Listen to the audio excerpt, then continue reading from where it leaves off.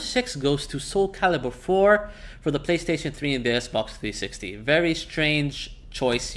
I know some people are saying that's a very strange choice and a very strange fighter to pick, and especially since you're picking two fighters in the same list. But hear me out a bit.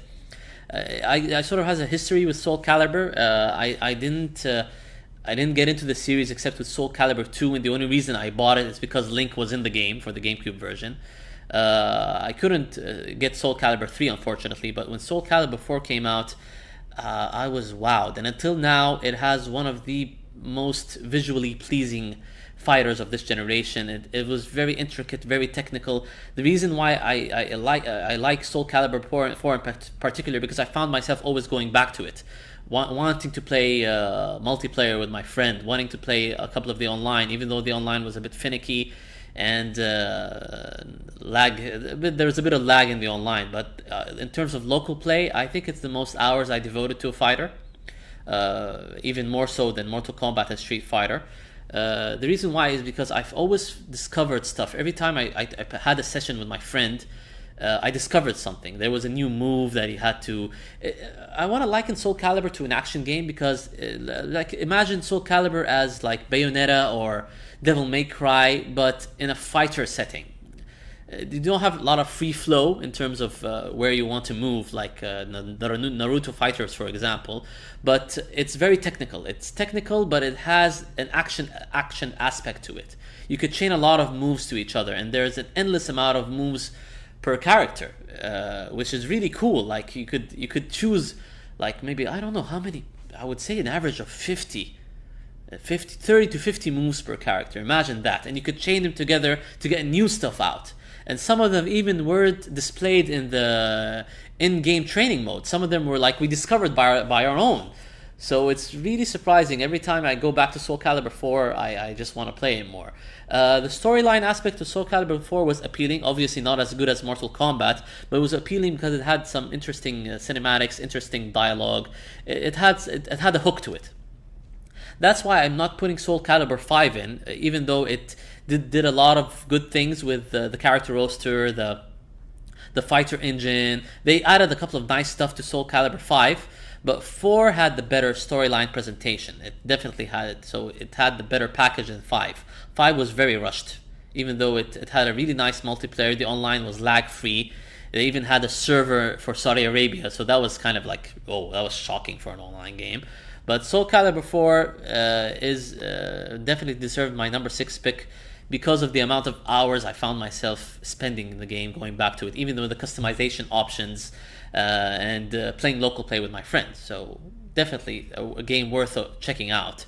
It doesn't seem as outdated as you would imagine, but if you want to check the series, I would obviously always recommend the final game in silent installment like Soulcalibur 5. But those who want a better presentation in terms of storyline aspect and more all around, like what would you say, fun in terms of customization options, definitely check Soulcalibur 4.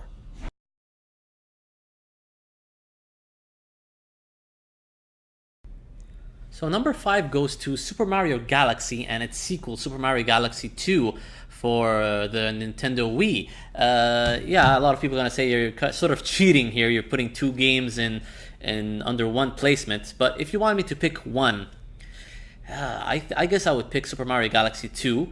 But in the same time, I don't want to brush out Super Mario Galaxy 1 because it's the originator.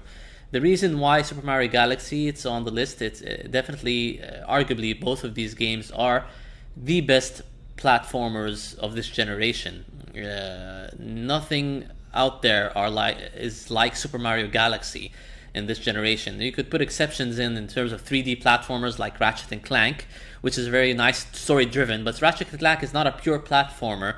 It's like a combination of platformer, RPG, shooter. It had a lot of aspects to it. But in terms of pure 3D platforming, you look no further than Super Mario Galaxy 1 and 2. It's one of the first games that Nintendo Tokyo took helm of. It's a new studio by Nintendo, and it's obvious that these guys are really creative. The reason why it hits a note with me is because it had some really creative level design. and mechanics to it. The gravity thing alone, and you find yourself like walking upside down on a planet. Obviously, the control you would find yourself the control you would find like maybe the controls would be confusing in the sense like that, but it makes it Mario Galaxy has it very well done and well implemented with these gravity mechanics, the level design, going up certain galaxies, shooting from galaxy to galaxy.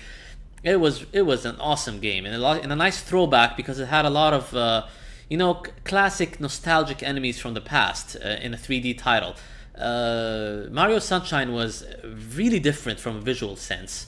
So Galaxy brought back some of those nostalgic things in, stuff like the Fire Flower, certain enemies that you would face. And at the same time, it's not all nostalgic. There's obviously a lot of original aspects to the game. One of which it had a really interesting like side plot to Super Mario Galaxy, and this is one of the stuff that Galaxy 1 is better than Galaxy 2. A lot of people, even Nintendo fans, like the storyline struck a chord with them, even though it's not deep. There are no voice acting, there's no dialogue. There's this side mission that you could get into Super Mario Galaxy, go into Princess Rosanilla's room and hear the stories that she says. So it's very nice, and the ending is like vague in a sense that, hey, the universe has been recreated or something of that sort. It has this like very deep aspect to it that you usually don't see in a Nintendo game. Which is why Mario Galaxy 2 I was sort of like very upset at, because it's ditched all storyline aspects and basically treated Mario Galaxy as if it never existed. It's sort of like a recreation or retreading. But at the same time, I can't downplay Mario Galaxy 2, because Mario Galaxy 2, I couldn't believe that this was once called Mario Galaxy 1.5, because it does seem even with like 20% of recreated levels from Mario Galaxy, it seems like a new game. It's all original. It has the same amount of freshness to it than like Mario Galaxy, and it had even more power-ups and suits that you could play with. So yeah, these are the reasons why Mario Galaxy is in my top 10 list, and number 5 in particular. It's just like I can't find any other 3D platformers this generation that struck nerves or struck chords with me in terms of level design, in terms of charm, in terms of nostalgia. It had the best of everything. So that's why I'm looking forward to Mario 3D World. Should be very interesting all time. So cool. Mario number 5, Mario Galaxy.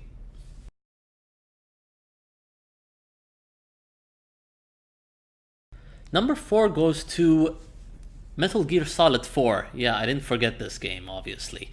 And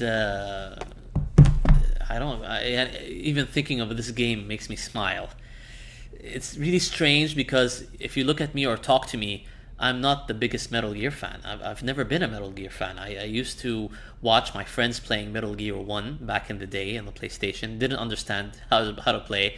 The stealth aspect was like a difficult thing for me to get into because I was into RPGs back in the day. So my reflexes sort of slowed down back in the PlayStation days. I remember the only aspect that they want me to play every time in Metal Gear Solid 1 was the torture scene. Basically, they want, because I was the fastest guy that could press the button among all my friends. So I remember that scene vividly because I used to play it a lot. But anyway, I'm not the biggest Metal Gear fan. I played 2 up to a certain point and I didn't finish it. I found it a bit difficult when I got the samurai sword with Raiden. 3 I skipped entirely. I don't know why I lost interest all of a sudden. So with 4, I was also skeptical getting into it, but as soon as I started playing, and it came out with the Metal Gear database, so I read up on the previous titles just to be up to speed. I was amazed. When I first popped in 4, I was like, wow, this game looks. This is the PlayStation 3. This is the generation. This is the game that we've all been waiting for in terms of visual flair, cinematography. What do you call it? The music. It had all that, man, and it was really deep. It's sort of like it wants to educate you on something. It had a point. You feel that the game has a point. The creator Kojima has a point that he wants to get across in terms of war and war economy and PMCs. I didn't know any of these things existed in the real world, but when I went and looked back after I finished the game, I went and looked for a private military company. I found that thing, and I was sort of shocked that these companies exist. You hire people like mercenaries to get your stuff done, and there was a realistic aspect to it. Is a private military company, I don't think they were called Blackwater or something of that sort.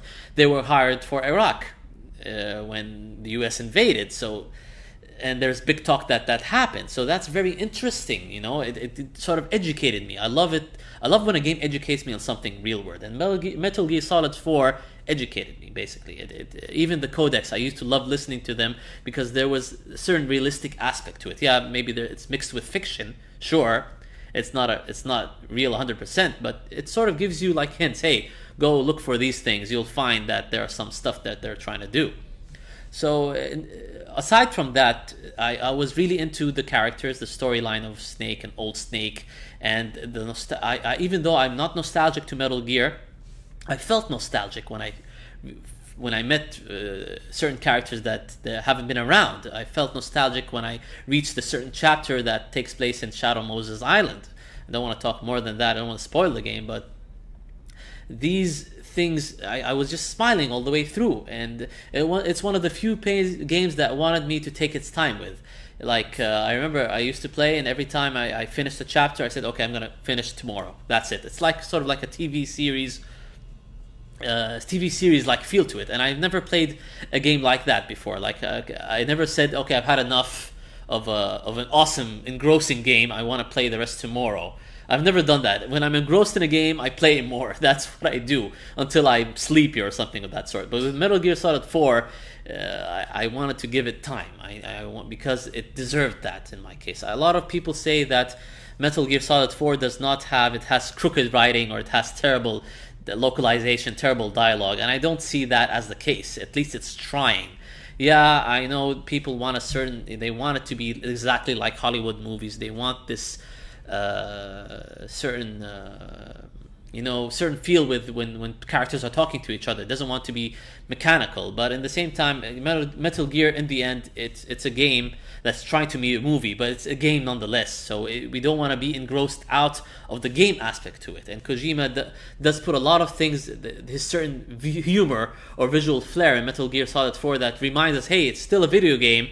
You're playing an awesome storyline, but hey, there's still a video game. Let's throw this aspect to you here. It's still a game. So he throws this certain humor quip that he has, like the boxes, like some pixelated graphics. I don't want to spoil more, but stuff like that reminds you that this is still a video game environment.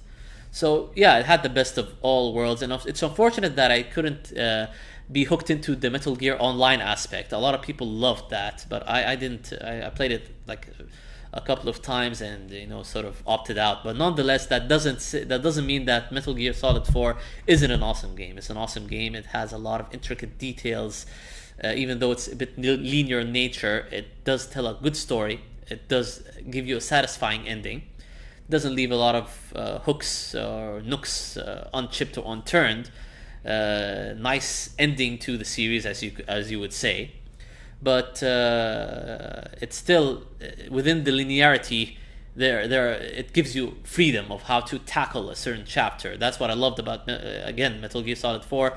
Even though I'm not a stealth fan, it did give me the incentive to be my own stealth guy. I don't like sneaking around, but I like making. I love sniping enemies with the sleeper. I don't want to kill anybody. I try to go through the game without killing anybody. I had like 1 or 2 casualties maybe with a helicopter or tank, but I try to, even bosses, I like to kill them with the tranquilizer or the sniper tranquilizer gun. So yeah, it's really fun, and I see myself down the road revisiting, which is very rare for me. So I usually don't like revisiting games because I remember them all too well. Especially things from the current generation. But Metal Gear 4 is one of the games that I would definitely find myself revisiting like next year or something. It's that good, and it's that memorable of a game. So yeah, definitely deserves number 4 spot. But before I end off this really long rambling, I want to give special mention. I can't go on. I could even say that it's a tie to number 4. Yeah, I'm cheating a bit, but I want to give a special mention to Metal Gear Peace Walker, Solid Peace Walker. I can't go on without saying that a lot of people give Peace Walker flack because it's a portable title, originally portable title. and it doesn't have the same bombastic high production value of Metal Gear Solid 4. It even doesn't have the same scope of gameplay, but at the same time I found myself hooked to Peace Walker. I don't know what it was. I think the thing that got me hooked to it the most is recruiting for your organization, or for the base. Basically, you could recruit any enemy, attach him with like a balloon or called photon system, and recruit him, and it gives you it gives you like an RPG type aspect to the game, more realism to the game, basically. Because Metal Gear 4, you're always you find yourself like with a million weapons, and you don't know where Solid Snake gets him from. He just basically buys it from somewhere. You don't know how he gets it. You meet Driven once and that's it. The weapons are always with you. With Peace Walker, it gives you the aspect of, hey, you could build your base, and the more people you recruit that are experts in weapons, the more weapons you'll get, or they'll develop for you. So it has that kitchen for food, so nobody gets sick. It has a jail. It has weapons development. So you could and each enemy in the game has stats, and you could find hidden ones as well. So that got me into a whole new world. It's like I want to play the chapter again. I want to replay this area, even though there are a couple of recycled environments and you can't crawl while you're prone. There are a couple of limitations to Peace Walker, but these limitations proved as something to go back to. It gave the handheld feel to Peace Walker. In addition, it tells a very good story. I was surprised by the plot. Sort of like it's like a sort of you could say it's an explanation to events that happened after Metal Gear Solid 3, and definitely all fans should play it, because Metal Gear 5: The Phantom Pain has a lot of characters, or it bases a lot of things from Peace Walker, so it's all connected, all tied, and I would definitely give Peace Walker a recommendation. It's like a tie to number 4, whereas Metal Gear Solid 4 has the overall package and has a better, more production value because it's a console title. Metal Gear Peace Walker has the better gameplay and replayability, in my opinion. It took me 40 hours to finish, or 30 hours, or 40 hours. Don't remember, but 30 hours for a Metal Gear title is it's excellent for a first time playthrough, and it does have post game aspect. That's awesome. Metal Gear Solid 4 doesn't have that same. It can't say the same thing. You could easily finish the game in 10 hours tops, or 14 hours tops, if you're really bad at stealth. And there's no replayability unless you want to go through the game again with like a limited weapons, that type of replayability. New Game Plus. Peace Walker has replayability in terms of post-game content, and it wants you to go back to these things to even finish the game further, to get 100% completion, basically. So yeah, definitely I can't go on with this list without mentioning Peace Walker next to Metal Gear Solid 4 as number 4, ironically.